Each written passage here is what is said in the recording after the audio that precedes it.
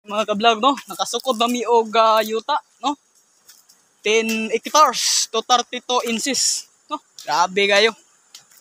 Gamit ra na mo og kuan kining satellite detector, GPS, compass, no, mao ka na among gamit. Mga ka-vlog, among mga tiil mga ka-vlog, perti nang sakita, no, mausab na akong gisuon, no, kanang nakapula. Mausab ni ako mga kauban, no, kana siya. Kauban ako na silang sukod.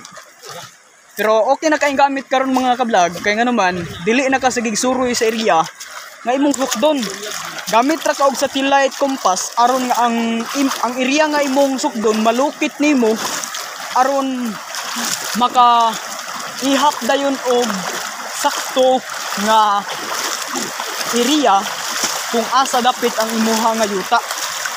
So mao jud na among gibuhat karon mga ka-vlog, og bisan nga layo kay ni among giadtuan diri, no, ang mga sapa mga ka-vlog, oh. Agi jud na mo ni mga ka-vlog kay anuman kay among isiguro nga ang yuta pod magamit pod sa ubang tao aron nga ilahang hatagan og maayo nga pagtagad og pananaguman pod nila og mga lagit mo, no, og mga unsa. So, daghang kayong salamat mga ka-vlog ug pakipalo sa ato ang Facebook vlog, no? Ug yan naman sa ato nga YouTube channel. Ayan sa dunay ang akong YouTube channel. Ug ako nga vlog Facebook, ayan il sa dunay vlogs vlogger.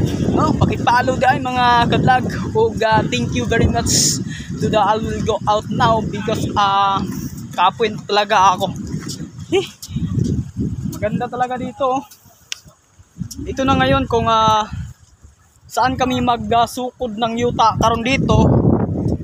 Matikitaan namin kung ano ang nandoon, no. Mahirap talaga kung hindi tayo marunong magtagalog, no. Ang butong nga ano na kung may ani ba. Sige kay sumpay na po may sukod ng karon dito sa pikas na pod kay arong may saktuhan yun na siya og $40,000. Ate ko na.